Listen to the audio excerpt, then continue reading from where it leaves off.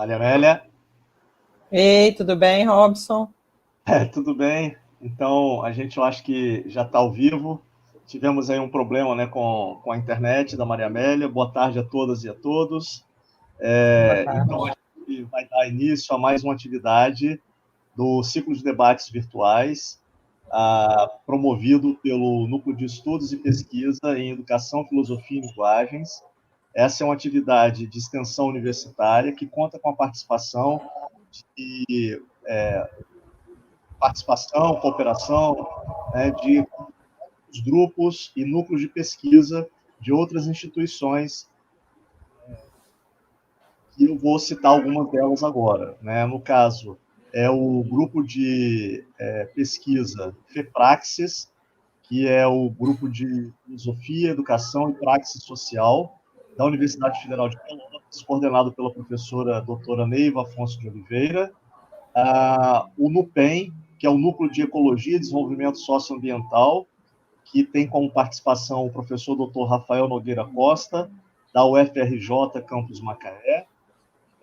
Também a gente conta com a participação do Grupo de Estudos em Filosofia e Crítica Social, o GFIX, com a parceria, né, do professor Uécio Araújo, da Universidade Federal da Paraíba, Grupo de Estudos e Pesquisa em Educação, Cultura e Sociedade, EX, coordenado pela professora doutora Belkis Bandeira, da Universidade Federal de Santa Maria, o Grupo de Estudos Teoria Crítica, Educação e Educação Física, coordenado pelos professores, a professora doutora Luciana Rodrigues Azevedo e pelo professor doutor Márcio Roberto Farias, da Universidade Federal de Lavras, Minas Gerais.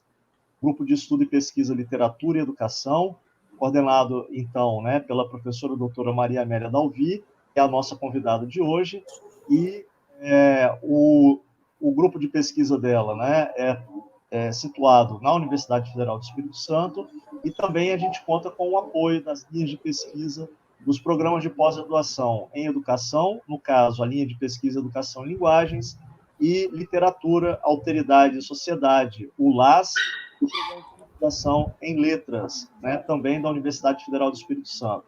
A professora doutora Maria Amélia Dalvi, eu vou falar um pouquinho aqui do currículo dela, antes de passar a palavra. É tão extenso, né, que a gente, para achar aqui, ela é licenciada e mestra e doutora, né, pela Universidade Federal do Espírito Santo, e realizou estágios de pós-doutoramento na Universidade Federal de Goiás entre 2015 e 2016, e também com visitas técnicas ao exterior. Então, ela atuou já na educação básica por um longo período, e desde 2010, né, ela atua no Departamento de Linguagem e Educação do Centro de Educação da Universidade Federal do Espírito Santo. Então, o mestrado, né, ela atua, né, no programa de pós-graduação em Letras e no programa de pós-graduação em Educação, na linha Educação e Linguagens, e no programa de pós-graduação em Letras do PPGL, da UFES, ela atua na linha de pesquisa Literatura, Alteridade e Sociedade. Né? Ela é autora de inúmeros trabalhos acadêmicos, publicados em periódicos qualificados, além de livros e capítulos de livros. Né? Então, eu agradeço a generosidade da professora Maria Amélia por ter aceitado o convite para participar aqui com a gente, e eu só esqueci de dizer que também ela é integrante do Núcleo de Estudos e Pesquisa em Educação, Filosofia e Linguagens, o NEPEFIL, e hoje, então, a gente vai ter a participação da professora Maria Amélia com o título, né, da apresentação dela, A quem interessa o esvaziamento do trabalho docente na educação literária, e por quê? Então, Maria Amélia, você tem aí um tempo de 40 minutos a 1 hora, né, que você pode usar da forma como você quiser, e eu passo a palavra para você, então. Boa tarde, Robson, colegas. Prazer, uma alegria, né, estar participando desse ciclo de debates do NEPEFIL. O NEPEFIL tem feito já há muito tempo, né, esse esforço dos cafés filosóficos, né, dos ciclos de debate. Então, é uma atividade quase permanente, né? Todo ano tem algo nesse sentido. Então, é uma alegria estar aqui participando mais uma vez. Então, eu não vou me alongar muito, né? Quero só agradecer mesmo pela lembrança, pela confiança, e avisar que nesse contexto nosso de trabalho precário, né, em função da pandemia, de tudo, eu tenho um bebezinho, né, então pode ser que vocês ouçam um choro aí no meio da transmissão, e pode ser até que, se a coisa ficar séria, né, eu precise me ausentar por um pouquinho de tempo. Então, já deixo desde pronto avisados, né, vocês todos, que esse é o horário que, em geral, termina as aulas e fico com ele, então ele já está acostumado com essa rotina, né, ele não sabe que a gente tem um projeto de extensão para tocar. Então, vamos lá. Então, por que eu venho falando dessa questão da desqualificação, né, ou do esvaziamento do trabalho docente? Porque me parece que são dois aspectos interrelacionados no contemporâneo, né? De um lado, o desprestígio do ensino, o desprestígio da transmissão do conhecimento elaborado, né, que rebate na desvalorização do trabalho dos professores e da própria instituição escolar, né? Isso tem correlação com o ideário, né, hegemônico, que renega, né, a possibilidade de qualquer conhecimento e transforma tudo numa sucessão de performances, né, de modo que não haveria nada de objetivo, seguro, né, não haveria mesmo uma realidade, né, a ser problematizada, a ser enfrentada e superada, já que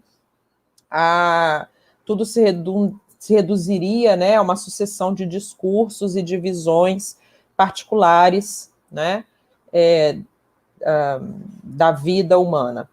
Então, coerentemente com esse ideário, né, parece absurdo, né, a gente defender a instituição escolar e, consequentemente, defender o trabalho dos professores.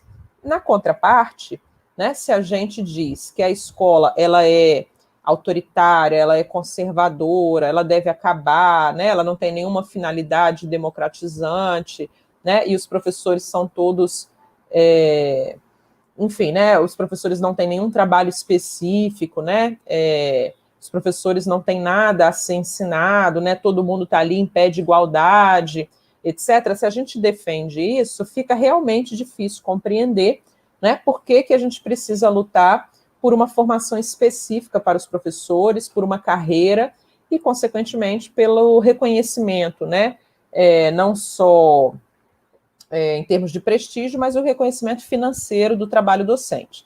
Então, onde eu estou querendo chegar? Né, eu parto desse cenário que a gente tem configurado, né, de deslegitimação da ciência, de deslegitimação do pensamento elaborado, né, do pensamento decantado, né, seja no campo da ciência, da filosofia, da arte, né, então a gente parte dessa deslegitimação desse pensamento. Isso rebate na desqualificação do trabalho docente e na desqualificação da instituição escolar, né, e aí isso justifica, né, uma série de políticas de precarização da formação e de precarização dos vínculos, né, das relações trabalhistas dos professores. Então, o cenário em que eu estou me colocando, né, para pensar é esse.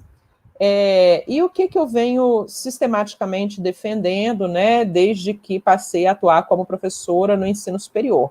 Eu venho defendendo, na contramão disso, né, o ensino de literatura, né, ou seja, a transmissão de conhecimentos literários sistematizados, organizados, planejados, não numa lógica tradicionalista, né, mas numa lógica de formação humana emancipatória, ou seja, que está articulada com a defesa da formação humana para a realização das suas máximas potencialidades, né? Uma formação que a gente costuma chamar de omnilateral, né? Mas não precisa nem usar um nome complicado para isso, se a gente não quiser, né? É isso, é a formação das máximas possibilidades humanas. E aí tem um aspecto que é importante a gente pensar, que é o seguinte: não dá para eu defender essa máxima formação humana a partir da escola, e muito menos, né, a partir da especificidade disciplinar da literatura, se eu não articulo isso com a luta por uma sociedade, né, em que esse ser humano possa se realizar nas suas máximas potencialidades. Né, porque a escola ela não existe nas nuvens, né, ela existe no seio de uma sociedade com todas as suas contradições, com todos os seus problemas. Então, se a gente tem uma sociedade desigual, uma sociedade que explora o trabalho da maioria em benefício de uma minoria, se a gente tem uma sociedade com todos os problemas que a gente sabe que a gente tem, não dá para a gente achar que na escola vai ser uma ilha, né, onde tudo vai funcionar, tudo vai ser perfeito, tudo vai ser democrático, tudo vai ser igualitário, porque a escola não vai inventar uma sociedade, né, fora, alheia daquela sociedade mais ampla, né, que está fora dos muros da escola. Então, a escola é parte da sociedade, se constitui com, né, a sociedade, para a sociedade. Então, lutar pela transformação da escola, pela valorização da escola, dos professores, do conhecimento elaborado, precisa estar articulado com lutar pela transformação da sociedade mais ampla. Né? Então, esse é o segundo elemento para configurar a nossa fala aqui. Então, primeiro, eu já disse, né, uma espécie de diagnóstico rápido da situação, né, que a gente vive, de desqualificação do trabalho do professor, né, e do ensino. Um segundo elemento, que é esse da íntima articulação escola e sociedade, né, e da impossibilidade de separação entre as duas coisas. E aí, a partir disso, né, eu entro propriamente no nosso debate aqui, né, que é o seguinte: se a gente precisa lutar pela transformação social, né, articuladamente a transformação pedagógica, né, a primeira pergunta que a gente precisa saber que sociedade, então, e que escola a gente quer? E, articuladamente a isso, né, como é que a gente pretende fazer as travessias entre a sociedade que nós temos e a sociedade que nós queremos? Como é que nós vamos fazer, né, essa travessia dos sujeitos humanos que nós temos para os sujeitos humanos que nós precisaremos para este processo? Né? E aí, pensando na especificidade da escola, qual é o papel do professor e das escolas, né, na educação desses sujeitos que nós precisaremos para esse processo de transformação? Né? Então, feitas essas perguntas, né, por que eu estou mencionando as escolas? E aí, uma nota de rodapé, né? Estou falando escola aqui, pode entender junto as universidades, né? Estou pensando em instituições de educação formalizada, né? Então, lanço essas perguntas, né? Como é que nós vamos fazer essa travessia da sociedade que nós temos para que nós queremos, que sujeitos humanos precisaremos formar para esse processo, né, e com este processo, e qual é o papel dos professores e das escolas nisso? Então, eu lanço essas perguntas, né, porque as escolas são, desde a modernidade, as únicas instituições disciplinares constituídas a partir do Estado burguês que guardaram em seu cerne uma tensão contraditória constitutiva, né? E nisso elas se diferenciam, por exemplo, do hospital e da prisão. Né? Não fui eu que pensei isso pela primeira vez, isso já está lá no professor Saviani, e o Saviani, por sua vez, decanta isso de outros autores. Ao mesmo tempo, né, que as escolas têm um forte papel de controle, de docilização, elas são designadas socialmente, né, para se responsabilizarem pelos processos de ensino e de aprendizagem, né? Ou seja, da transmissão crítica e devidamente contextualizada de conhecimentos, procedimentos e atitudes rudimentares, elementares ou avançados conforme o nível escolar nos diferentes campos do saber e nas diferentes práticas humanas. Ou seja, as escolas são convocadas, né, conforme o Saviani, a confirmar em cada ser humano a sua humanidade, pela transformação qualitativa exercida sobre o seu psiquismo, né, por meio da apropriação e objetivação dos conhecimentos, procedimentos e atitudes historicamente relevantes, produzidos e transmitidos pelo conjunto dos homens e mulheres no processo histórico. E aí vem a pergunta, tá, e as escolas têm feito isso? A resposta, para mim, ela não é uma resposta fácil, né? O mais fácil é dizer, não, as escolas são um fiasco, né, os resultados nos exames de larga escala demonstram, né, que não. É fácil a gente dar uma resposta unilateral, mas eu acho que não é tão simples assim.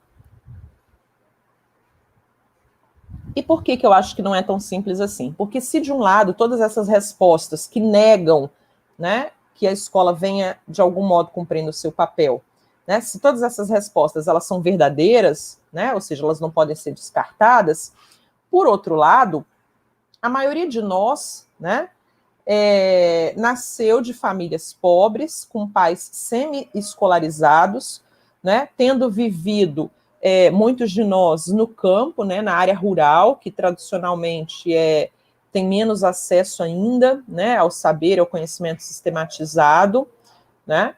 Esse campo, não um campo idealizado, mas um campo escorchado pelo agronegócio, né? Ou então, quando não nascemos no campo, nascemos nas periferias urbanas, que são violentadas cotidianamente, né, por muitas formas de violência, violência simbólica, violência policial, etc. A maioria de nós, né, que nasceu nessas famílias pobres, filhos de pais semi-escolarizados, que viveu no campo ou nas periferias, estudou em escolas públicas precárias, né, nós fizemos os nossos cursos de graduação e de pós-graduação com bolsas de pesquisas aviltantes, né, e às vezes conciliando a formação universitária com jornadas exaustivas de trabalho, né.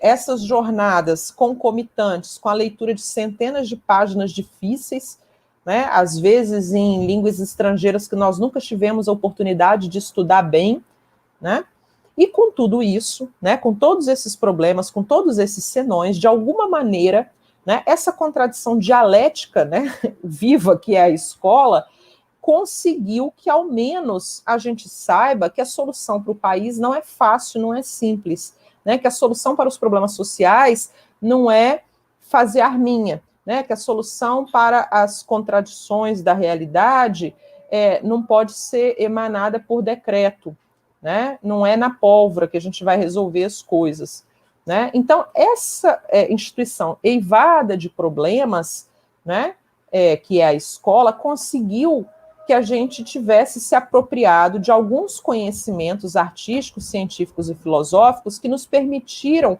compreender, né, uma série de coisas sobre a realidade, entre as quais, né, os professores de literatura nos ensinaram a compreender textos e procedimentos literários, né, que nós consideramos fundamentais para esse processo de humanização, né, de formação humana. Bom, tranquilo até aqui, né? Então, vou avançar um pouquinho mais, né? E aí, o que a gente precisa pensar, né?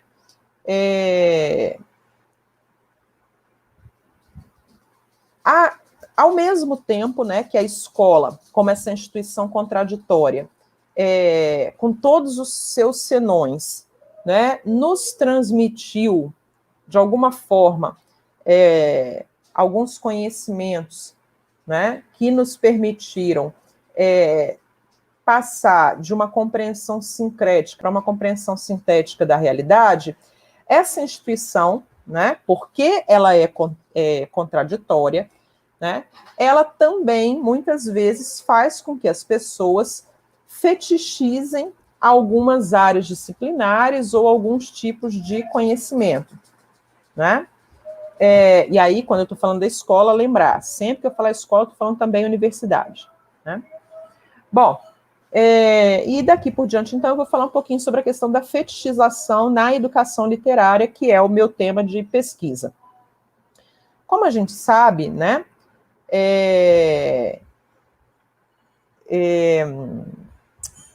o que a gente, quando a gente fala de fetiche, o que é importante a gente lembrar, né?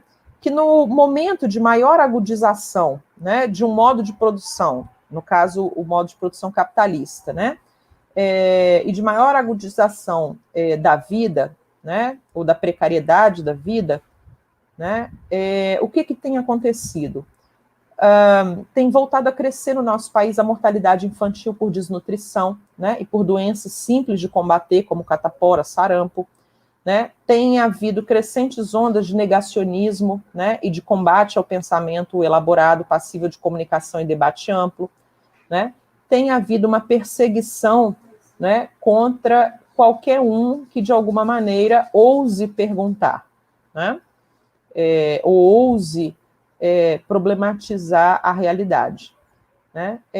Muitas posições, tanto as ditas à direita quanto as ditas à esquerda, né? Então, muitas posições negam a racionalidade, né? E aí chama a atenção que eu estou falando de racionalidade como algo diferente do cientificismo caduco. Né?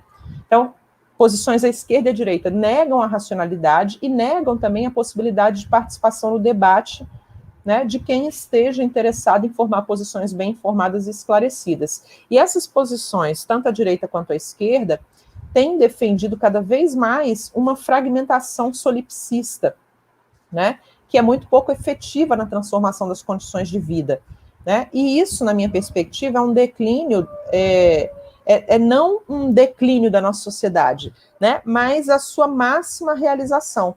Né? Então, diferentemente de uma perspectiva do senso comum, que fala que a nossa sociedade está se degenerando, né, eu digo que a nossa sociedade, no âmbito desse sistema, desse modo de produção, né, ela está se realizando maximamente, né, nessa lógica aí que eu apontei agora há pouco, né, em que direita e esquerda convergem, né, para a negação da racionalidade.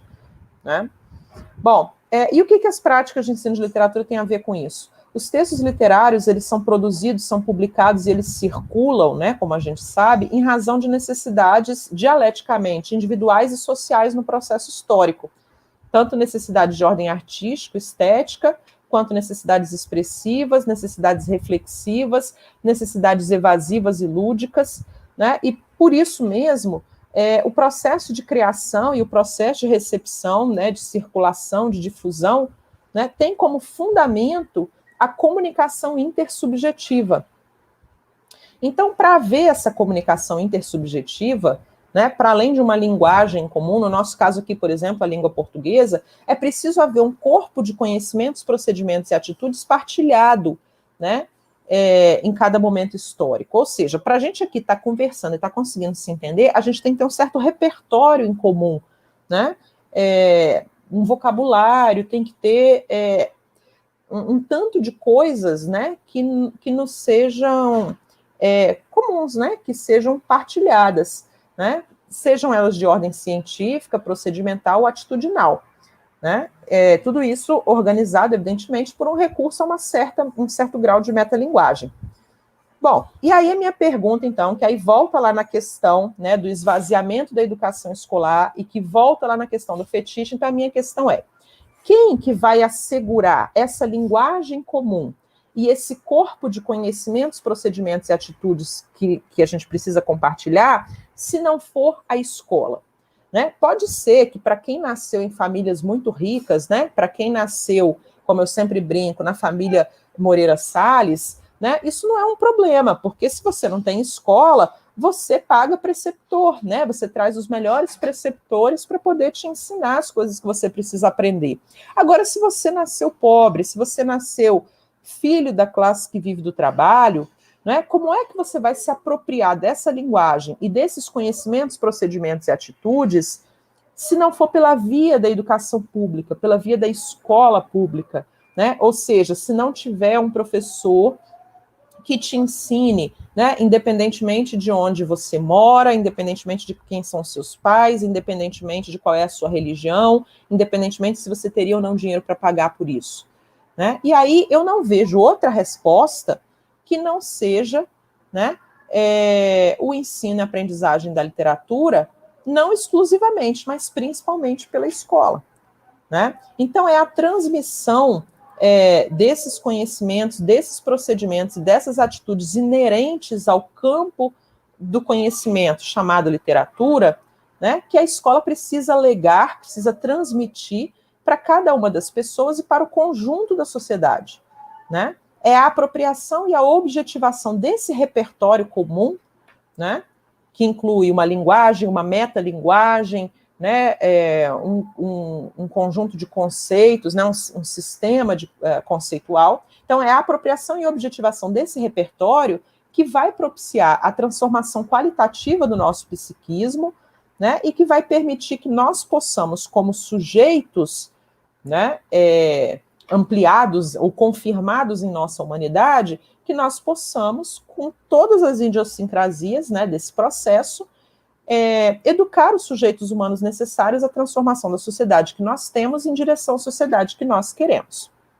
E aí, quais seriam os riscos, então, da desqualificação e da falência da educação literária? Né? A sonegação e a negação na escola de conteúdos escolares imediatamente reconhecíveis, comunicáveis e objetiváveis, né? O esvaziamento de um repertório de textos socialmente reconhecidos como clássicos, e aqui eu estou falando de clássico e não de canônico, né? E a insistência na impossibilidade de negociação social de sentidos para os textos, né? Essas três coisas, elas têm como consequência o quê? A impossibilidade de eu reproduzir em cada ser humano singular a humanidade genérica, o esvaziamento de um campo de conhecimentos, procedimentos e atitudes humanas historicamente transmitidos, produzidos e transmitidos, e, enfim, tem como consequência a destruição de qualquer possibilidade democrática. Né? Porque como é que eu produzo uma sociedade democrática onde as pessoas não têm condições nem de entender a realidade, muito menos de debatê-la? Né? E como é que as pessoas vão ter condições de entender e debater se elas não têm aquilo que a gente chamava de um repertório comum, né? De linguagem, de conceito, de sistema conceitual, de metalinguagem, etc., né? De repertório de leitura, etc., etc. A democracia, né? E aqui eu não estou falando da democracia burguesa apenas, estou falando dela também, mas para além dela. A democracia, né? No sentido ampliado de democracia, que não é só ir domingo votar, né? Então, a democracia necessita que nós saibamos negociar e produzir sentidos, né? E os textos literários, de minha perspectiva, pelo fato de serem plurissignificativos, né? Se eles forem lidos e discutidos intersubjetivamente com o propósito de debater posições enunciáveis e questionáveis, eles nos ensinam aquilo que é o fundamento do conviver, ou do viver com os outros, né? Então é preciso que nós nos perguntemos a quem ou a quem interessa que não haja um corpo de conhecimentos passível de organização, de sistematização, de transmissão ou instrução, de apropriação e objetivação no campo do conhecimento da literatura. Se a literatura tem, né, aquele potencial que a gente falava, democrático, né, de nos possibilitar debater posições enunciáveis e tal, justamente porque ela é plurissignificativa. Então, se a literatura guarda esse potencial, a quem interessa que não haja, né, um corpo de conhecimentos passível de organização, sistematização, transmissão, instrução, apropriação e objetivação. Né? Então, a quem interessa que seja possível reduzir a formação do professor de literatura a um caldo de informações mal ajambradas, né, sincréticas, né, que insistem em uma suposta formação pela e para a prática, esvaziada de adensamento teórico, crítico e historiográfico.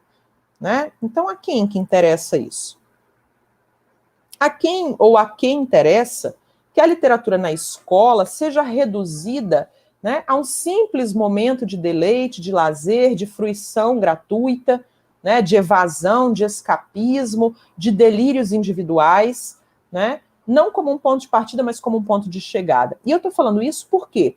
Porque uma das perspectivas hoje hegemônicas no campo da educação literária é essa que defende a leitura subjetiva, entendida como aquela que acolhe, né, no processo de educação escolar, os equívocos de leitura, os devaneios, né, os erros de compreensão, etc. Então, mais uma pergunta. A quem ou a quem interessa que os pobres deste nosso país e de todos os países pobres, né, não que o nosso país seja pobre, o nosso país é empobrecido, né, a nossa população é empobrecida. Então, a quem ou a quem interessa que os pobres do nosso país, né, não tenham acesso ao que de mais elaborado a humanidade produziu em literatura, né? Fazendo o quê com esse conhecimento? Debatendo, questionando e transformando esses conhecimentos, procedimentos e atitudes como uma forma de preparação para uma transformação social mais ampla e de mais radicais proporções. A quem que interessa isso? Quem se dá bem com isso? Né? Bom, a negação, né, à teoria literária e sua transformação em um conteúdo anódino nas escolas e nas universidades. A negação da crítica literária e o consequente horror, né, à revisão bibliográfica criteriosa, né, e à emissão de juízos de valor. E, por fim, a negação à historiografia literária e a sua identificação reducionista e rasteira a uma sucessão de estilos de época, né, com o esvaziamento do dinamismo que lhe é inerente, né? E, enfim, a redução do ensino de literatura a uma mera relação sujeito-texto, né? Você pega o livro e dá na mão do menino, ou leva o menino para a biblioteca e manda ele escolher um livro e ele que se vire para ler. Então, isso tudo, né? A negação da teoria, a negação da crítica, a negação da historiografia e a redução do ensino de literatura a uma relação sujeito-objeto, tudo isso, na minha perspectiva, presta um serviço à reinvenção contínua da roda. A gente está todo dia inventando a roda de novo, ao invés de avançar, né, subindo no ombro de gigantes, né, para parafrasear a frase célebre, né? E a quem que interessa que a gente esteja todo dia inventando a roda de novo, né? Na minha perspectiva, estou respondendo, né? Cada um de vocês pode dar a resposta de vocês, mas na minha perspectiva, né? Isso tudo está a serviço da perpetuação de uma situação em que os seres humanos não se entendem como participantes de um rico caudal de relações nas quais eles têm não apenas o direito, mas o dever de se inserir ativamente para fazer as coisas não retrocederem, né? E para fazer as coisas avançarem, né? No momento em que a gente vive, parece até ousado demais, parece delirante falar em avançar. A gente está tentando não fazer as coisas irem para trás, né? Não retroceder. Mas a minha hipótese é de que a gente vai conseguir fazer as coisas não retrocederem quando a gente quiser que elas, mais do que não retrocederem, que elas avancem, né? Então a gente precisa mirar longe para poder acertar o nosso alvo. Bom, e aí, então, o que eu trago, né, já encerrando a minha contribuição aqui, o que eu trago como proposta? Embora doloroso, né, esse exercício reflexivo e meta-reflexivo que eu estou fazendo em relação às perspectivas hegemônicas, né, que embasam as nossas práticas e os processos pedagógicos em que tomamos parte, né, esse processo doloroso, ele é uma exigência incontornável de um fazer ético, né, de um fazer ético, seja como professores, seja como pesquisadores, seja como formadores de professores, né, seja como sujeitos agentes políticos, né? Como nós dissemos em uma publicação anterior, né, eu já publiquei sobre isso anteriormente, essas concepções, elas se relacionam diretamente com todo o processo, né? Seja para a proposição de currículos e para a seleção e organização de conteúdos, seja para a organização do ensino, seja para a adoção de tais ou quais materiais didáticos, seja para os procedimentos avaliativos, né, razões pelas quais se faz necessário que, desde a formação docente inicial, os estudantes possam ter um pouco mais de clareza sobre os aspectos discutidos e os professores já em serviço disponham de condições menos precárias para que possam compreender, né, que a aprendizagem resulta de esforços conjuntos de autocrítica e de superação, né, de crítica, autocrítica e superação. Então, eu penso que a discussão sobre as práticas de ensino de literatura no âmbito da comunidade acadêmica, né, ou seja, aquilo que eu chamava ainda há pouco de um exercício meta-reflexivo, passa por uma necessária desfetichização, né? Então, eu vou precisar retomar, né, essa discussão sobre o fetichismo. Eu questiono, né, o fetiche que se miscui em posições hoje hegemônicas em nosso campo, né, que obliteram, desde a minha perspectiva, a natureza daquilo que deveria ser a educação literária escolar, e que, assim, fragilizam a literatura como um campo de conhecimento e como uma disciplina escolar, né, esvaziando o trabalho do professor, com consequências nefastas para a sua formação, para a sua carreira, né, e para a sua prática. Traduzindo em linguagem de gente, o que eu estou dizendo? Se não há o que ser ensinado, né, se a gente entra nessa onda contemporânea de dizer que basta levar as crianças para a biblioteca e deixar cada um escolher seu livro, né, que os delírios, os equívocos e as percepções subjetivas de cada um são tão importantes quanto dos historiadores críticos e teóricos literários. Enfim, se a gente entra nessa onda de um vale-tudo pedagógico, ou seja, se não há o que ser ensinado, por que haveria aulas de literatura?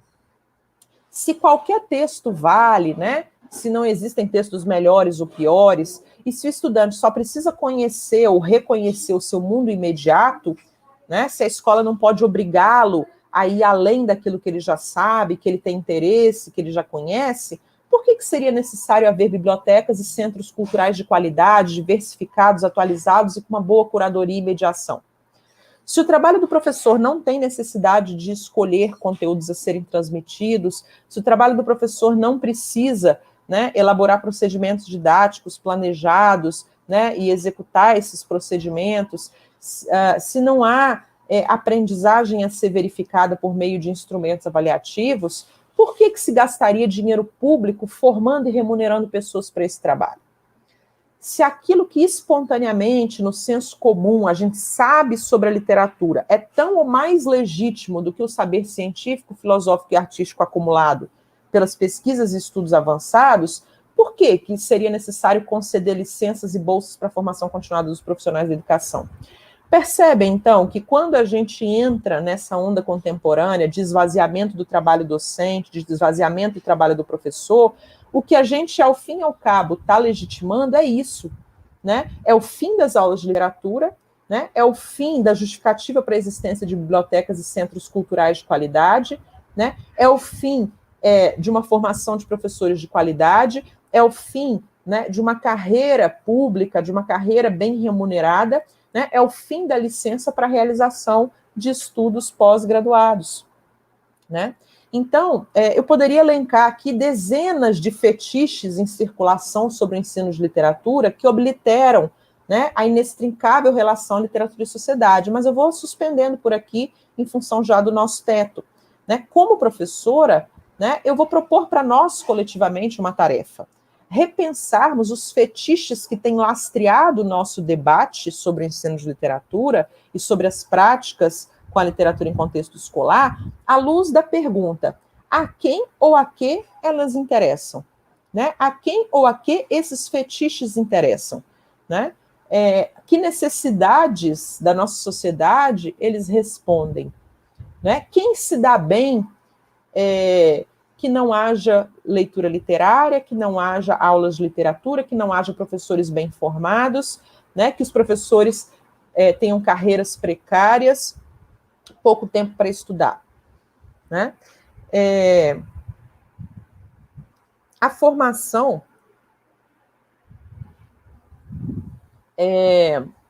na minha perspectiva, né, se lastreia nas máximas possibilidades humanas de exercício de liberdade e de intervenção no real. Então, desse modo, né, eu, Maria Amélia, na minha prática docente, na minha prática como pesquisadora, eu rechaço, né, perspectivas que negam a formação e que fazem uma coincidência rasteira e burra, né, rasteira e simplória, de formação como sinônimo de pôr em forma ou de formatar. Eu ouvi essas coisas durante a minha graduação, mesmo durante o mestrado, né? Eu vi isso como professora nas escolas, né? De que a gente não forma ninguém, cada um se forma, né? Esse negócio de se formar, de defender a formação humana, né? Isso é careta, ultrapassado, né? Então, em outras palavras, né? Para mim, formação não tem nada que ver com isso. Formação tem que ver com um processo intencional, né, de transformação, né, para transcender a realidade que aparece na imediaticidade, né, e aí, por meio da mediação da abstração, né, produzir um conhecimento mais elaborado, mais sintético, né, da realidade objetiva, né? Então, formação, para mim, tem que ver com processualidade, com intencionalidade, com transcendência, né? Não transcendência religiosa, vocês estão entendendo o que eu estou falando? com transformação, com comunicação, com reconhecimento, com alteridade, com liberdade. Em suma, tem que ver com humanizar. Né? Humanizar, de um lado, requer antecipar mentalmente o objeto, né, e o objetivo que se realiza na prática. E, de outro, requer o processo de nos confrontarmos com o mundo bruto, né, e transformarmos ao mesmo tempo a nós. Né? Que sociedade precisa que o ensino de literatura seja fetichizado, né, e que, com isso, os professores, o trabalho docente, né, seja esvaziado? Né? Que sociedade precisa, né, que nós sejamos incapacitados de estabelecer uma compreensão vigorosa do real e, ao mesmo tempo, né, uma compreensão aberta ao dissenso, né, e, portanto, à enunciação, ao debate, ao confronto? Né? E aqui eu recorro, fechando, né, as lições do grande mestre Antônio Cândido. Né? A literatura, ou pelo menos o ensino de literatura, a educação literária que eu defendo, desenvolve e confirma em nós a nossa cota de humanidade, né? E o faz também e privilegiadamente, né, por meio da transmissão de conhecimentos, né? E só tem como transmitir alguma coisa aquele que antes, né, se apropriou dessa alguma coisa. Se esse ensino de literatura, se essa educação literária não faz isso, né, não desenvolve e confirma em nós a nossa cota de humanidade, ela coopera para que a barbárie se repita. Né? E a gente sabe, né, que nessa repetição a gente não vai mais nem entender a diferença entre o que é tragédia e o que é farsa, porque a gente não vai ter estudado esses conceitos e esses gêneros na escola. Né? Bom, é isso. Fico aberta agora aos debates, né? Agradeço mais uma vez o convite. E se alguém tiver interesse, né, essas reflexões, ou pelo menos uma parte delas, né, foi publicada em um texto meu intitulado A Quem Interessa a Desqualificação da Educação Literária. Né? Esse texto está disponível na página do Grupo de Pesquisa Literatura e Educação, na aba Publicações, né? E ele faz parte de um e-book chamado Literatura e Educação, Gêneros, Políticas, Propostas. É isso, Robson, a palavra está com você, obrigada. Acho que você está com o seu microfone fechado, Robson. Isso, estava mesmo. Nós que agradecemos, Maria Amélia, pela belíssima exposição, né, clara, e com conteúdo fundamental e relevante, né, para esse debate que você se propõe realizar. Eu não encontrei aqui nenhuma pergunta propriamente, né? Nós temos assim mais são contribuições, né? A Márcia, por exemplo, vou ver se dá para ver aí. Penso que o acolhimento das subjetividades dentro da perspectiva da leitura subjetiva pode ser uma etapa da leitura literária, pode ser um ponto de partida. É o comentário que ela faz. Não sei se depois você vai querer comentar. Aí depois a Ana Carla. Você consegue ler aí também, quando eu coloco na tela, Maria? Consigo. Uhum. Isso me fez lembrar de uma fala de um professor em uma escola que lecionei. Para que ensinar menino a ler se eu vou precisar de alguém para varrer a rua, limpar minha casa? Fiquei arrasada com isso. É o comentário da Ana Carla. Aí depois também a Márcia vai falar que é um debate muito necessário, de certa desvalorização da cultura alemã. Rodrigo Pita também faz um comentário, e eu vou parar no comentário dele, depois eu sigo, de repente, né, para você também ter um tempo aí para... O Rodrigo ele faz o seguinte comentário: virou lugar comum defender que a escola deve trabalhar a realidade do aluno em detrimento do saber elaborado, a própria noção de realidade do aluno relativizada. Eu vou aproveitar e vou fazer uma questão para você, Maria Amélia. As suas pesquisas, que já tem um certo tempo, né, pelo menos que eu tenho acompanhado, já há mais ou menos aí uma década. Existe algum projeto, algum programa, alguma iniciativa em algum país, em algum lugar, enfim, algum país na América Latina, ou mesmo no Brasil, que você tem conhecimento, que de uma certa forma trabalha essa formação, né, da leitura literária, da literatura na escola, a partir dessa perspectiva crítico-humanista, de uma perspectiva crítica e emancipatória, teórico-crítica, histórico-crítica, enfim, né? À medida que você ia, né, fazia a sua apresentação, isso me veio em mente, né? Enfim, afora, de repente, experiências que a gente sabe que já aconteceram em momentos históricos, né? Principalmente em países que realizaram alguma tentativa de transformação da realidade social por meio de uma revolução efetiva, né? Será que existem alguma coisa nesse sentido que eu apresentei para você? Uma curiosidade, tá bom? Joia, obrigada aí a todos que, né, apresentaram suas contribuições. Eu vou começar pela ordem, tá, Robson? Primeiro da pergunta aí, do comentário da Márcia, né, e depois sucessivamente. Eu concordo com você, Márcia, que não tem como a gente negar, né, a questão da leitura subjetiva, né? Todos nós, quando lemos textos literários, a gente lê mesmo com tropeços, equívocos, etc., né? E isso é próprio do processo de leitura, né? A gente entende uma coisa que depois, quando a gente relê, a gente vê que a gente tinha entendido errado. Agora, a minha preocupação é quando isso se torna como é que eu vou dizer assim, uma perspectiva hegemônica ou em vias de hegemonização para a educação escolar, né? Por quê? Porque aquilo que é do processo individual, subjetivo, né?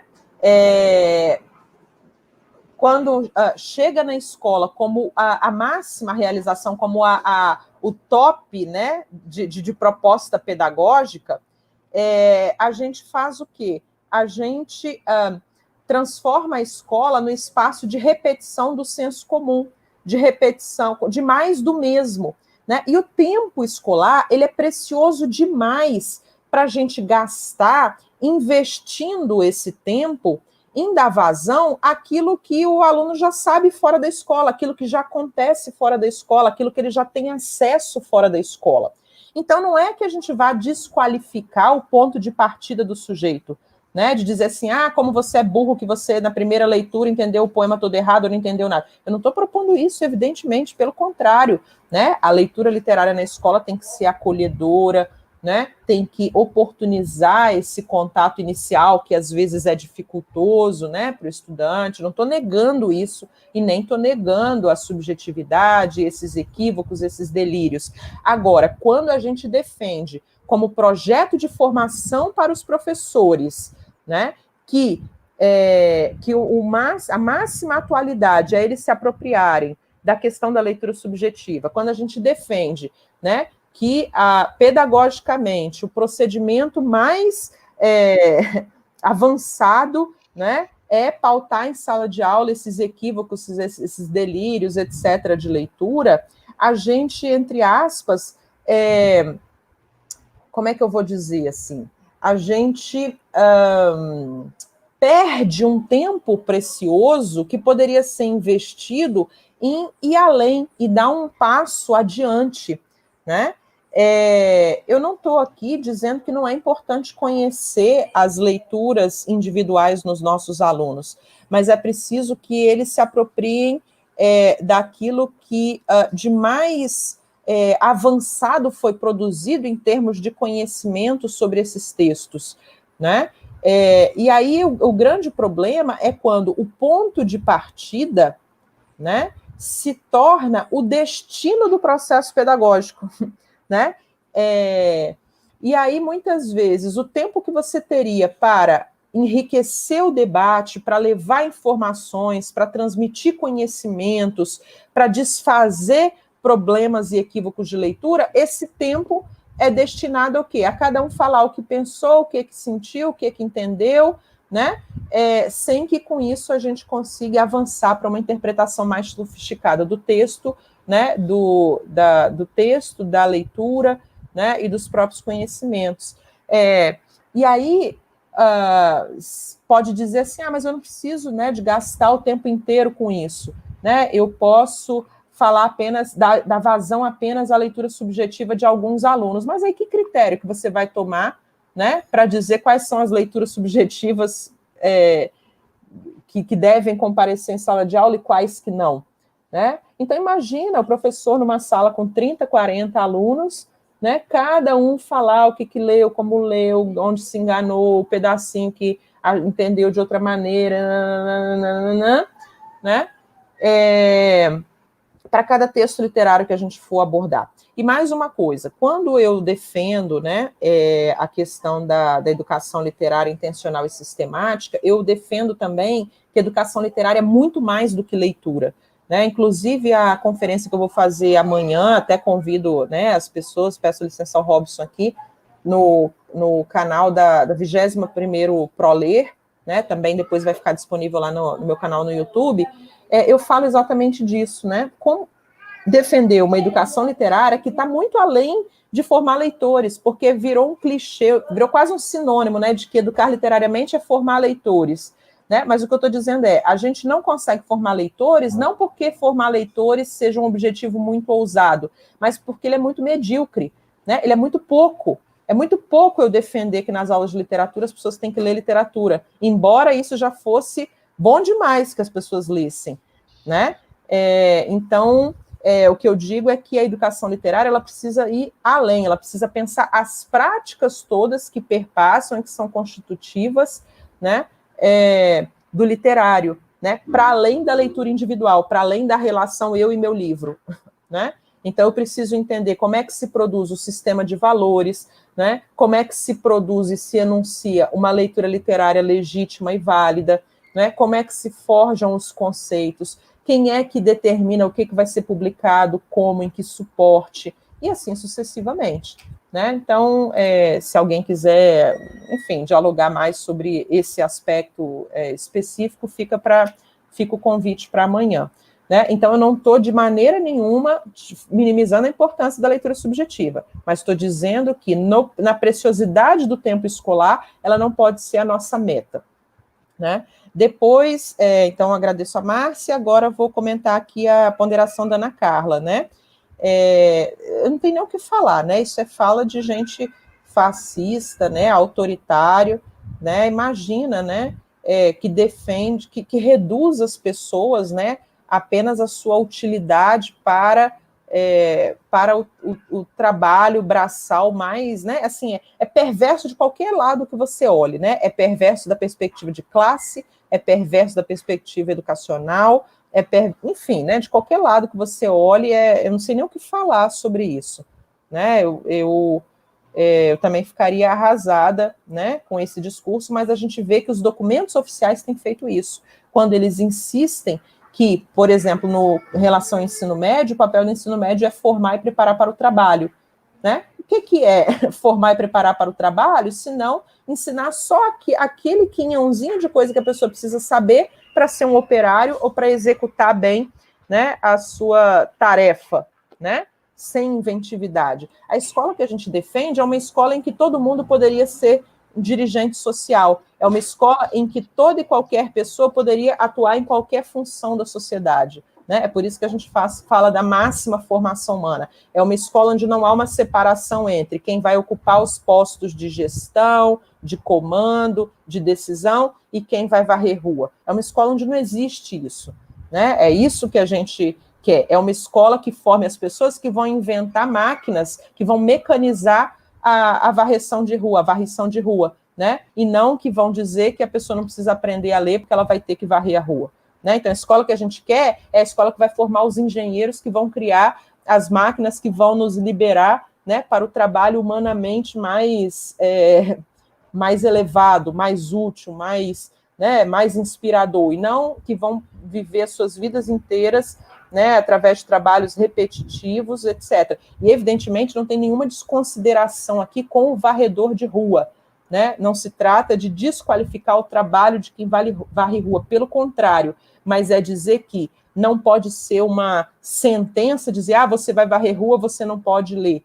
Né? O que a gente quer é que todas as pessoas tenham direito às máximas realizações humanas, né? Que todo mundo possa ler literatura, que todo mundo possa frequentar museu, que todo mundo possa compor, que todo mundo possa tocar seu instrumento, que todo mundo possa debater filosofia, que todo mundo possa produzir ciência. É isso que a gente defende, né? E não essa perspectiva aí. Eu não sei nem o que falar sobre um negócio desse, né?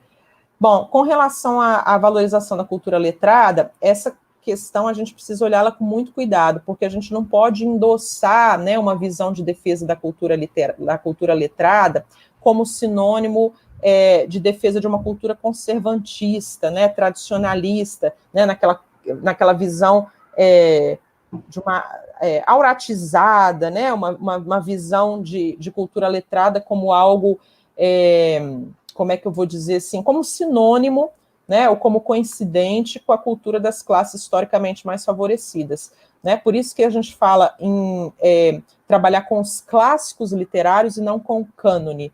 Né? E aqui eu estou usando o sentido de clássico naquela acepção que o professor Saviani deu, né?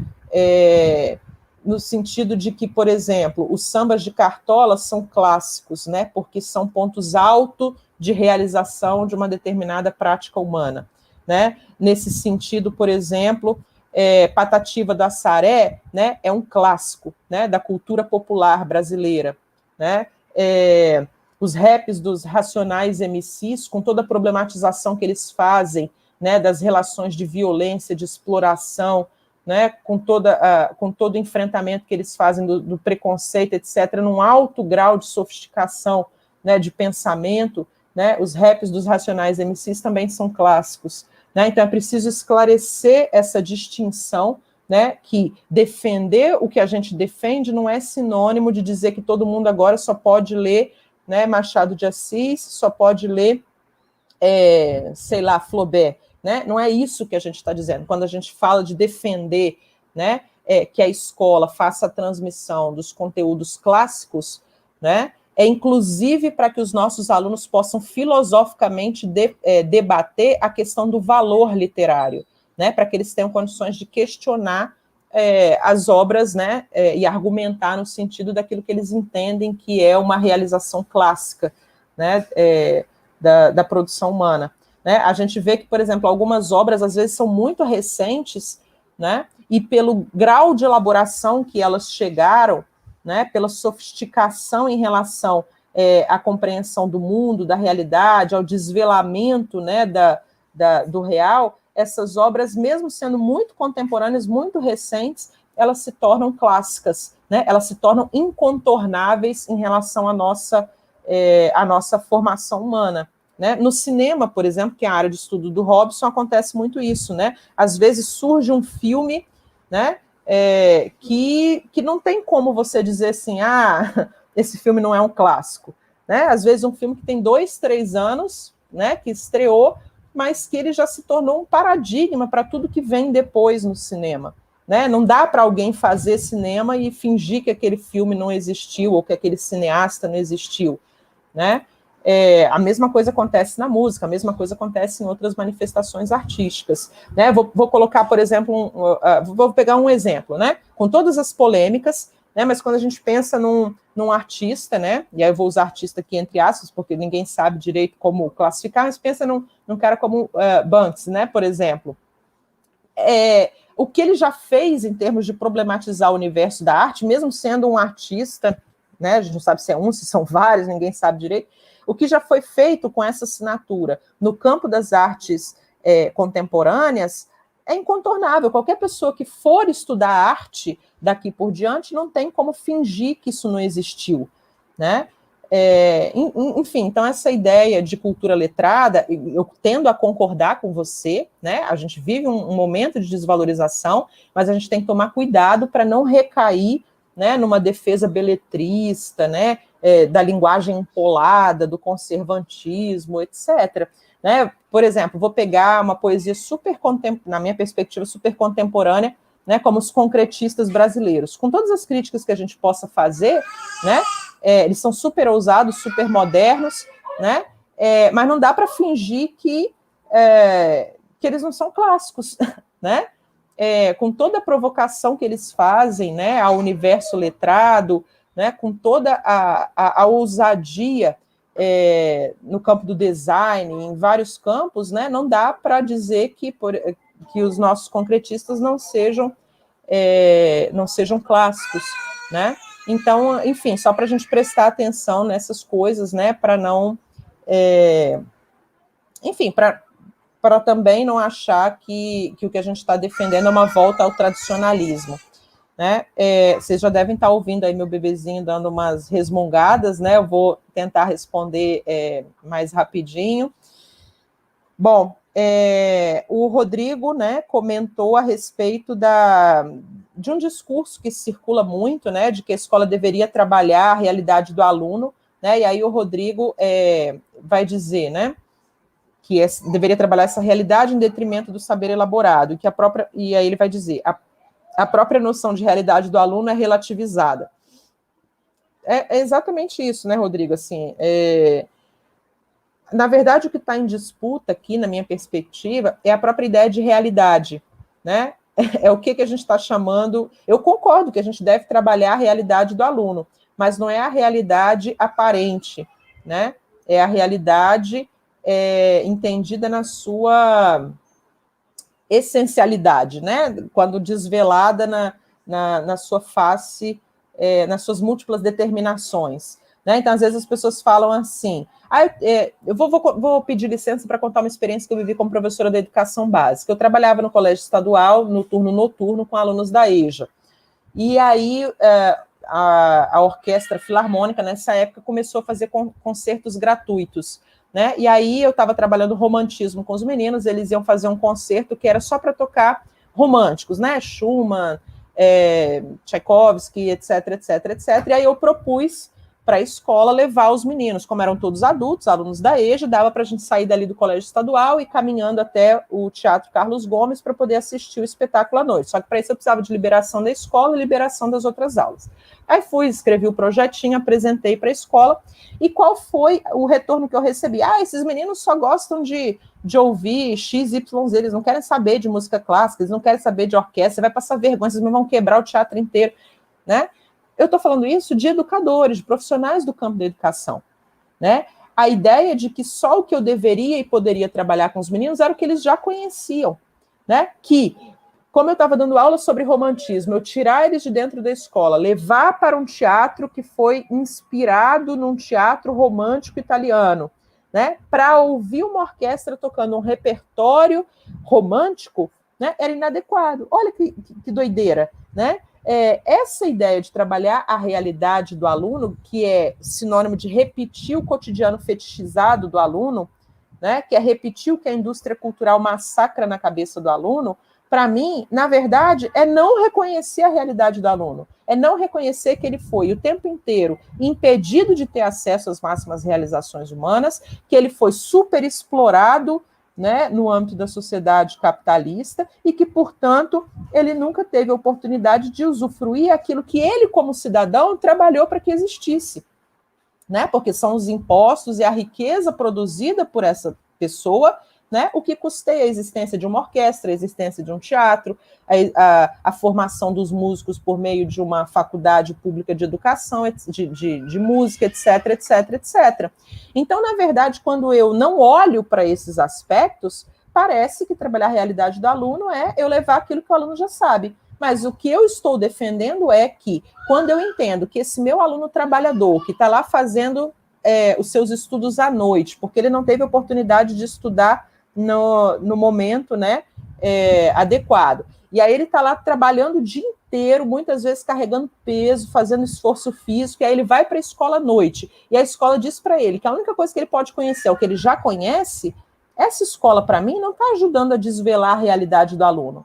Que escola que ajuda a desvelar a realidade do aluno? A que ajuda ele a entender as questões de diferença de classe, da condição dele como trabalhador e a luta que a gente precisa encampar para que ele possa se apropriar das máximas realizações humanas, aquelas que são fruto do processo histórico do qual ele é parte, né? E ele é parte como parte explorada, né?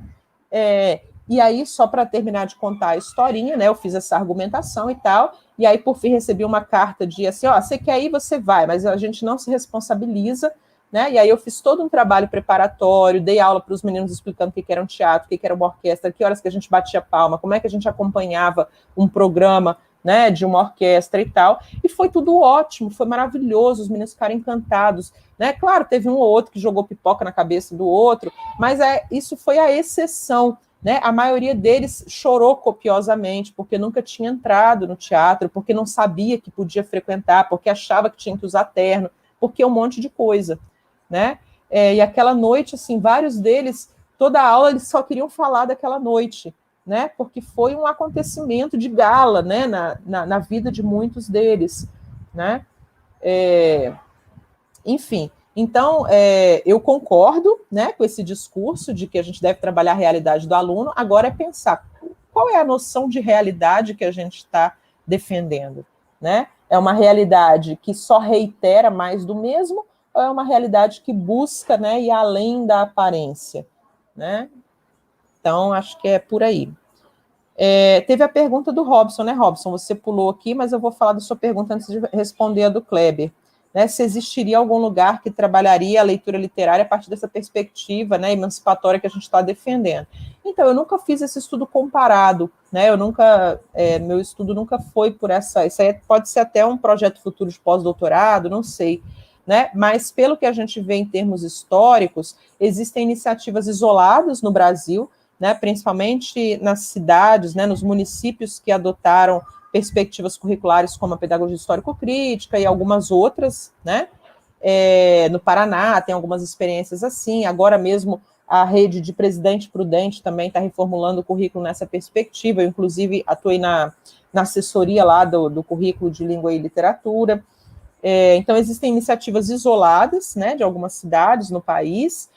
Agora, fora do país, as iniciativas mais ousadas que eu conheço, né, são aquelas que coincidentemente ou não, né, mas que a gente já sabe, né, as da Rússia revolucionária, né, não do período stalinista, estou falando, né, das propostas, por exemplo, de Lunacharsky, etc., né, que tem, enfim, propostas bastante ousadas, né, propostas como, por exemplo, em alguns momentos, né, desde a Revolução Cubana, né, mas, enfim, com as contradições em que a gente vive, né, aqui e ali surgem propostas um pouco mais ousadas. Agora, não se resume, né, a elaborar um documento curricular, né, é preciso toda uma transformação social, todo um compromisso coletivo com a implementação dessas propostas para que elas não virem só letra morta, né?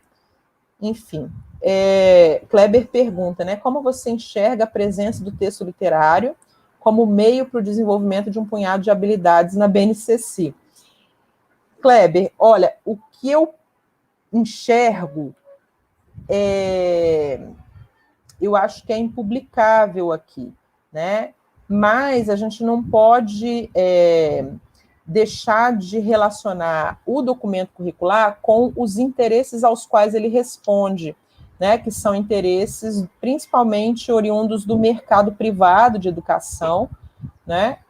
E dessas ONGs que tomaram para si a responsabilidade de resolver os problemas educacionais brasileiros, né, a parte de um debate amplo com os profissionais da educação e com o todo da sociedade. Estou falando de ONGs que, se você for olhar lá na equipe elaboradora da BNCC, né, tomaram parte, fazendo consultoria, assessoria, etc. No que diz respeito ao texto literário, eu produzi dois textos analíticos, três textos analíticos em relação à BNCC. Um deles foi publicado numa revista chamada Via Literária, com o subtítulo Uma Base que Desaba, né? Então, se você procurar no Google lá, com o nome da revista, né? Esse título, Uma Base que Desaba, da UVI BNCC, você vai achar, né? É um texto curto, tem 4 ou 5 páginas. Eu escrevi também um texto que foi publicado na revista, da revista, ai, credo, esqueci o nome dela agora, peraí que eu vou lembrar. Na revista Desenredo, do Programa de Pós-Graduação em Letras da Universidade Passo Fundo. O título do trabalho é Criatividade na BNCC e em Pesquisas Atinentes à Educação Literária, Indagações e Desvelamentos. E eu, recentemente, escrevi, né, um texto com a professora Rosiane Ponce, da Unesp, que chama Didática da Literatura, né, uma análise à luz da pedagogia histórico-crítica de uma perspectiva em vias de hegemonização. Esse trabalho ainda não está publicado, mas vai ser publicado agora em janeiro, na Revista Ibero-Americana de Estudos em Educação. Então, foram as 3 produções onde eu sistematizei, né, a minha visão sobre a questão da educação literária na BNCC. E já adianto para você, né, que essa perspectiva das competências e habilidades, né, ela tem que ver com esse momento atual que é caracterizado, né, por alguns autores como o Newton Duarte, o Saviani, o Frigoto, etc., que são momentos de refuncionalização de tendências que foram fortes do século XXI. Né? Então, eles falam de um neo-escolanovismo, de um neoprodutivismo, né, e vão falar também... Vamos falar de um neoconstrutivismo, né? Então, eles falam que, no momento presente, a gente vive uma refuncionalização dessas perspectivas do século XX, né? Que eram o escolanovismo, o construtivismo e o produtivismo. No momento atual, eles vão chamar de neoconstrutivismo, neoescolanovismo e neoprodutivismo, né? Que dão lastro, né, para a gente transformar o processo de educação, que deveria ser um projeto de formação humana, né? Reduzir isso a um rol de competências e habilidades, né, adequados para o sujeito funcionar em sociedade, né, arrumar um emprego, etc. Né? Então, eu vejo como muito preocupante, né, esse processo, né, e a gente precisa estar atento em relação a ele. Ok. Então, agradeço aí ao Kleber também. E a outra questão é da Natália. Você consegue ler aí, Maria Amélia? Consigo. Qual seria obrigada, tá, Kleber? Eu acho que eu esqueci de agradecer. Agora, Natália. Obrigada também, Natália. E ela pergunta qual seria a diferença entre textos clássicos e canônicos e como seria o esvaziamento dessas leituras. Então, vamos lá. Eu acho que tem 2 perguntas aqui. Essa diferença entre clássico e canônico, quem aborda é o professor Saviani, né? Tem também um artigo que foi publicado na Revista Brasileira de Alfabetização, que faz essa explicação, né? Que traz essa sistematização. Está no número de 2016/2 da Revista Brasileira de Alfabetização. Se vocês procurarem lá, né, no Google, vocês vão localizar o link, né, para o texto, ou pelo título também, né, se vocês abrirem lá o dossiê, vocês vão localizar, né, então Saviani faz essa distinção, e as autoras lá também fazem isso, né, e aí eu acho que o mais interessante aqui é falar um pouquinho dessa questão do esvaziamento. O que eu estou chamando de esvaziamento? Quando a gente diz, né, que o professor não deve selecionar leituras, né, não pode ser obrigado, que os alunos devem ser livres para ler o que eles quiserem, quando a gente diz que literatura é uma coisa que não se ensina, né, que se vive, que se experiencia, que não tem nenhum conteúdo a ser transmitido, quando a gente deslegitima, né, as reflexões de leitores mais experientes, como críticos, como historiadores da literatura, como teóricos da literatura, a gente diz que isso não é importante, que toda leitura tem o mesmo peso, tem a mesma validade, né, que tanto faz o que eu entendi do texto do Machado de Assis, o que o Roberto Schwartz entendeu, né? Quando a gente começa a a fazer circular essas ideias, o que a gente está fazendo? A gente está esvaziando, né, tanto a disciplina, a literatura, mas a gente está esvaziando também a própria função social do professor e da escola.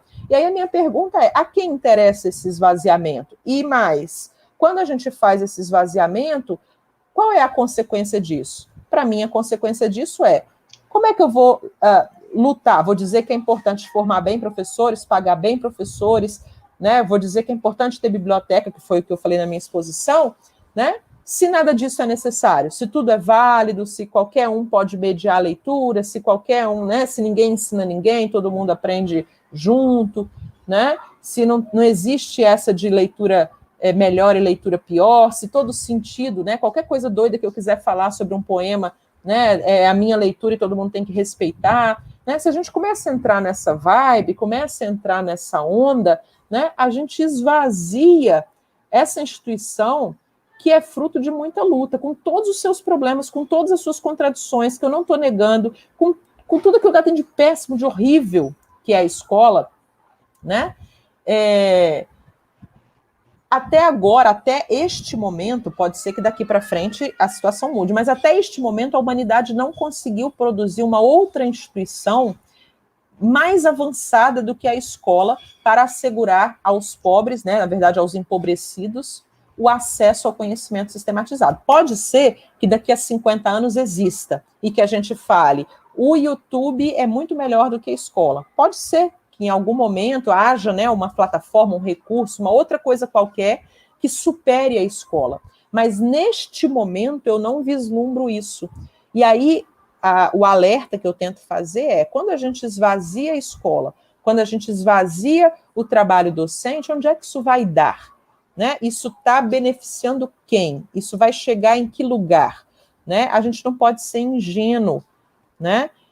Se eu digo... Eu vou falar uma coisa assim, bem rasteira, bem simplória, né? Se eu estivesse escrevendo, a maneira de elaborar seria outra, mas eu vou falar só para poder dar uma tangibilidade ao que eu estou dizendo.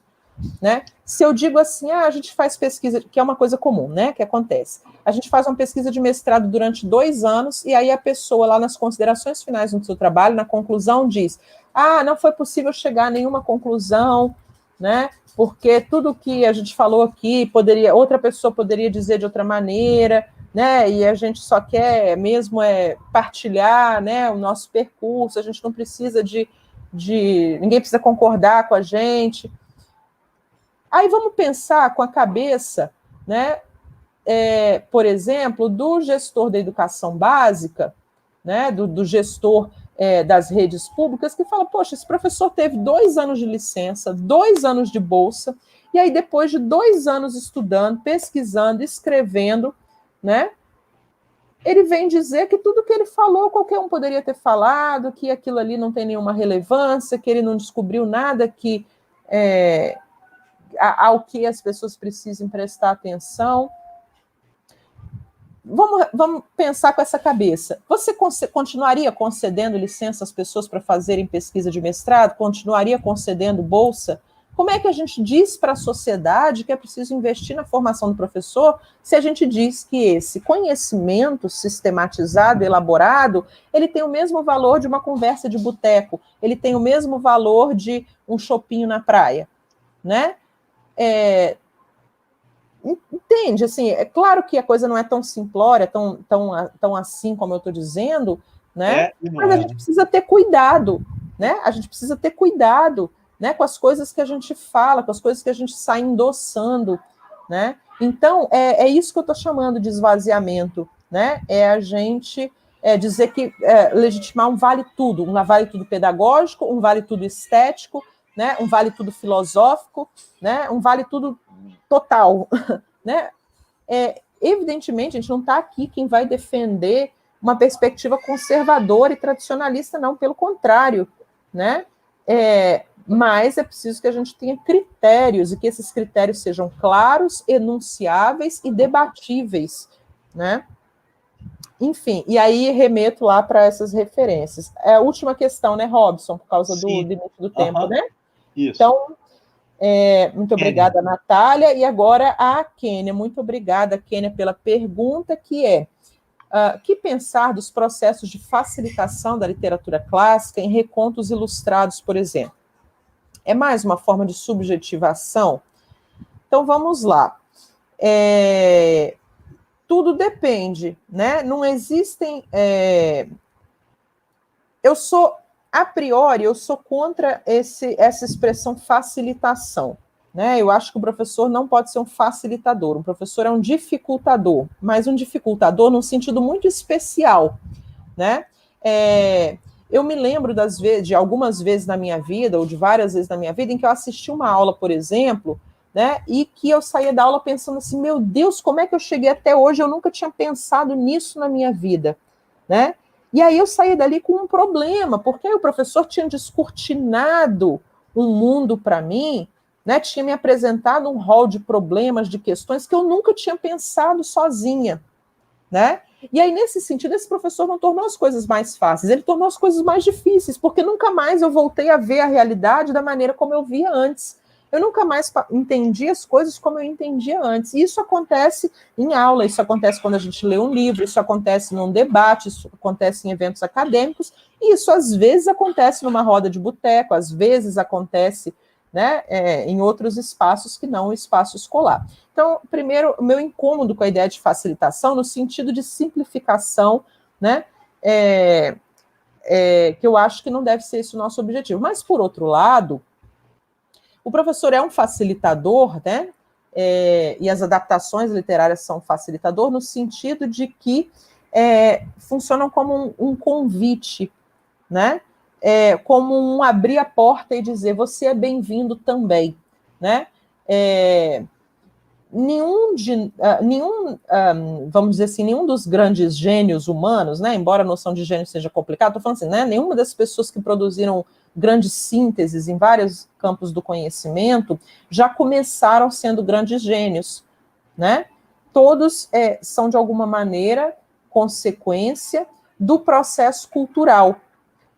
E eles certamente tiveram aqueles que, entre aspas, abriram as portas, facilitaram o caminho, né? Seja o pai rico, que tem uma vasta biblioteca, que dá tempo para o sujeito estudar sem precisar trabalhar, etc., seja o professor da escola pública, né, que faz com que a gente tenha vontade de estudar, que mostra para a gente o caminho das pedras, né, que nos incentiva a ir além. Então, primeira coisa é falar dessa noção de facilitação, né, a minha implicância com ela, mas, ao mesmo tempo, a maneira como eu entendo facilitação. E aí você pergunta da adaptação dos clássicos, né? Eu acho ótimo que haja boas adaptações dos clássicos, quando elas fazem esse movimento de aproximar as pessoas, né? Quando elas apresentam um convite. Agora, qual que é o problema? Nem sempre na escola, pela experiência que eu tenho, sequer os alunos entendem com clareza de que eles estão lendo, por exemplo, uma adaptação do Don Quixote. Aí eles dizem assim, eu li o Don Quixote na 8ª série. Aí você fala assim, você leu o Don Quixote na 8ª série? Eles leram uma versão de 80 páginas, 100 páginas, né, uma adaptação do Don Quixote, e acham que leram o Don Quixote, né? Então, por exemplo, volto a falar da palestra de amanhã. Se a gente tivesse na escola um momento para discutir esses conceitos, tradução, adaptação, ilustração, edição, editoração, se a gente tivesse um espaço na escola para esclarecer esses conceitos, os nossos alunos não sairiam do ensino fundamental dizendo que leram Don Quixote, quando na verdade leram uma adaptação do Don Quixote, né? E assim sucessivamente. Então, eu acho bom que haja boas adaptações, porque existem adaptações boas e existem adaptações ruins. Tem adaptações que eu acho melhor que não existam, né? Mas, assim, quem é que vai ajudar o aluno a escolher boas adaptações? Um professor experiente. E esse professor experiente tem que antes ter lido as obras, né, em relação às quais ele está fazendo a seleção de uma adaptação. Né? Por exemplo, Shakespeare é um autor que tem milhares de adaptações, né, de peças do Shakespeare. Existem adaptações que são ótimas, existem adaptações péssimas, né? Então, eu acho que a gente não pode ser puritanista, num sentido de, nossa, que absurdo levar adaptação literária. É preciso saber como que a gente vai levar a adaptação, né? Que adaptação que a gente vai levar e como que a gente vai apresentar isso. Agora, tem uma reflexão a ser feita. Entre levar uma adaptação e levar né, e considerar a riqueza que já existe de obras para crianças, para adolescentes e para jovens produzidas, talvez, né, a gente possa ponderar, né, o que vai ser mais produtivo, levar obras que já foram feitas pensando num destinatário criança, adolescente ou jovem, ou levar as adaptações. Agora, eu acho que puritanismo, né, que purismo não vai nos ajudar, né? Mas, por outro lado, também, a ideia de facilitar as coisas para os jovens não cumpre aquilo que me parecem ser os máximos, né, objetivos da educação escolar ou do trabalho com literatura em contexto escolar. Ok, Maria Amélia. Eu só estou preocupado que nós havíamos combinado finalizar às 17h30 por conta de outras atividades. A professora Maria Amélia já vem de uma jornada na parte da manhã, com aulas, e da tarde tem outras... também. Exatamente. E tem outras atividades também que nós temos que dar conta. Eu fiquei muito feliz com a participação, né, de todos que, enfim, apresentaram questões aqui no chat, né, e também com a participação mesmo, uma das maiores participações até agora no ciclo de debates, né? Infelizmente não vai dar para ler todas as outras, enfim,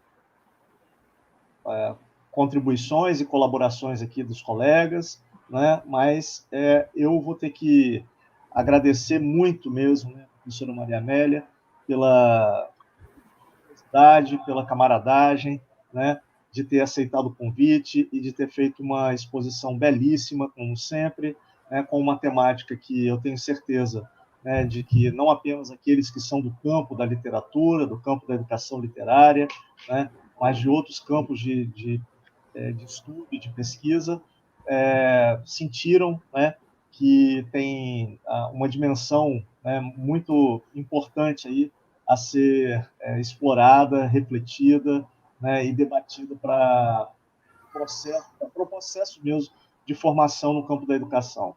Eu vou, então, passar a palavra para a professora Maria Amélia nas considerações finais e deixar já o convite para a próxima semana, que nós vamos ter a participação, né, da professora Mariana Ramalhete, né, no próximo ciclo de debates, que, se eu não me engano, vai ser no dia 16, né? Vou colocar aqui no chat. Então, enquanto a professora Maria Amélia faz a despedida, eu vou colocar também a última palavra-chave. As inscrições, Maria Amélia, desculpa, rapidinho. As inscrições no evento, que é feito lá no site da Universidade Federal da Paraíba, né, tinha um tempo para as pessoas fazerem a inscrição, né? A meu ver, esse tempo ele já se esgotou, mas eu vou conversar lá com o nosso parceiro, né, e colaborador, o professor Écio, para ver a possibilidade da gente reabrir, né, essas inscrições, porque algumas pessoas têm tentado fazer inscrição, mas eu tinha uma data específica que ia ficar aberto para a inscrição, né? Então, eu peço desculpas aí quem não conseguiu fazer a inscrição, tentar ver se há possibilidade de abertura novamente, né, das inscrições. Maria Amélia.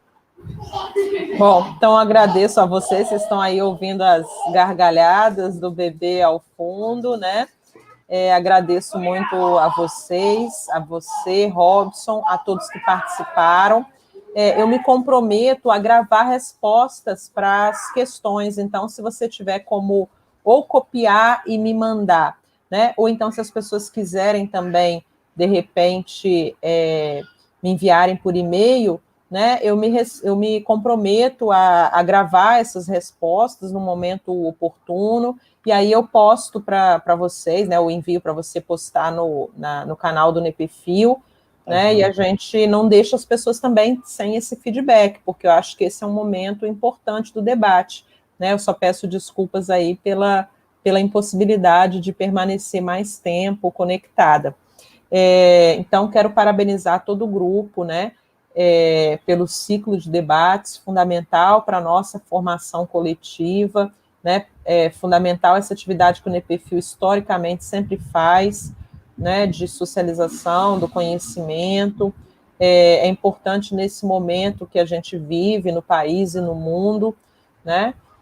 Agradeço a paciência, o interesse de todos vocês. Eu espero ter conseguido, de alguma maneira, responder, pelo menos parcialmente, as questões que foram colocadas, né, e atender ao tema que nós prometemos, né, que era tratar dessa questão do esvaziamento docente.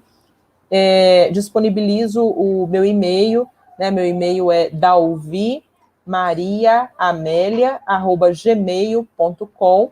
Então, quem quiser eventualmente fazer contato, estou à disposição. Convido também para conhecerem a página do nosso grupo de pesquisa, que é www.literaturaeeducação.ufes.br, e a gente tem também um perfil no Instagram, que é o @literatura-educação, né? E lá a gente está sempre socializando atividades formativas, eventos, etc, etc. Né? Então, se alguém quiser continuar esse diálogo, eu sei que, né, às vezes as pessoas veem alguma coisa assim, se interessam, querem saber mais, querem uma indicação de leitura, então estou me disponibilizando, né, a dar continuidade a esse diálogo, sem prometer, evidentemente, que eu vou conseguir responder todo mundo, né, de imediato. Vai demorar um tempinho, mas eu respondo. Tá? Maria Amélia? Oi. Só para... O seu e-mail é Dalvi Maria Amélia, Maria, aí vem amélia@gmail.com. Peraí. Maria... Dalvi Maria Amélia @gmail.com. Tá. Mas então tem um A depois do A do Maria, né? Maria Amélia, isso. Tá, beleza. Tá? Já coloquei no chat ali, tá, para o pessoal. Gente, Joia. Um grande abraço a todas e a todos, né? Um grande abraço ao professor Wilbert também, e aos bitinhos aí, tá, Maria Amélia? Tá, joia. Obrigada, Robson. Um beijo, tchau, tchau. Beijo, tchau, tchau, gente.